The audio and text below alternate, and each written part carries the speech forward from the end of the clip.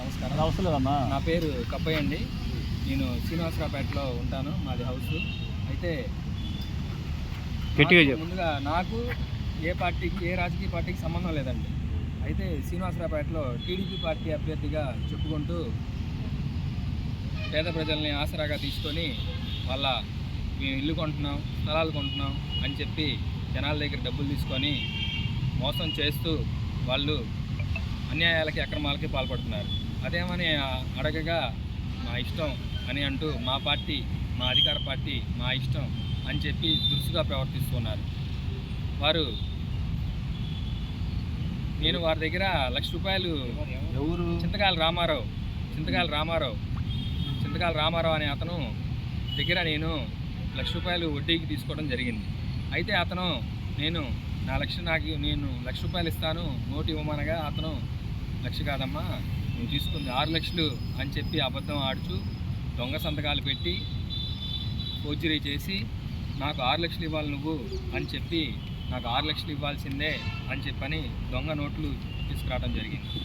అంతేకాకుండా అతను రేషన్ కార్డులు ఇప్పిస్తానని చెప్పి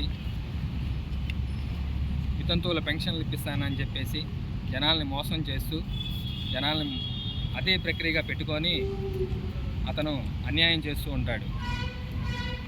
ఏం కావాలి ఇప్పుడు? అసలు అతను ₹1,00,000 నోటు డబ్బులు ఇచ్చి తీసుకొని వ్యాపార నిమిత్తం నేను ₹1,00,000 తీసుకుంటే అతను ₹5,00,000 ఫేక్ నోట్ సృష్టించి 6,00,000 ఇవ్వాలని చెప్పి మోసం చేస్తూ ఉన్నాడు. అతను 6,00,000 ఇవ్వాలని చెప్తున్నాడు అనమాట.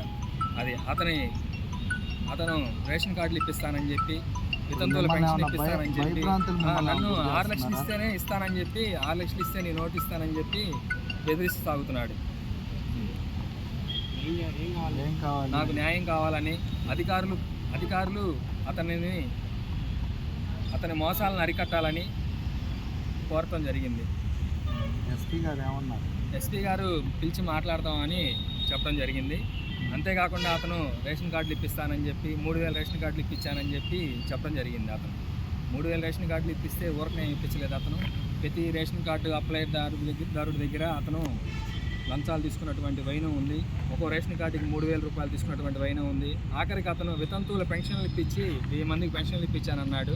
దానిలో కూడా అతను అక్రమాలకు పాల్పడ్డాడు. ఒక్కొక్క వ్యక్తి దగ్గర ₹5,000 పెన్షన్ లంచంగా తీసుకోవడం జరిగింది. అతను ఇల్లు కట్టించానని చెప్తున్నాడు. ఇల్లు కట్టించినా అతను ఊరకనే ఏం చేయలేదు. ఒక్కొక్క ఇంటికి ₹20,000 నుంచి ₹50,000 లంచం తీసుకున్నటువంటి వ్యక్తి అతను.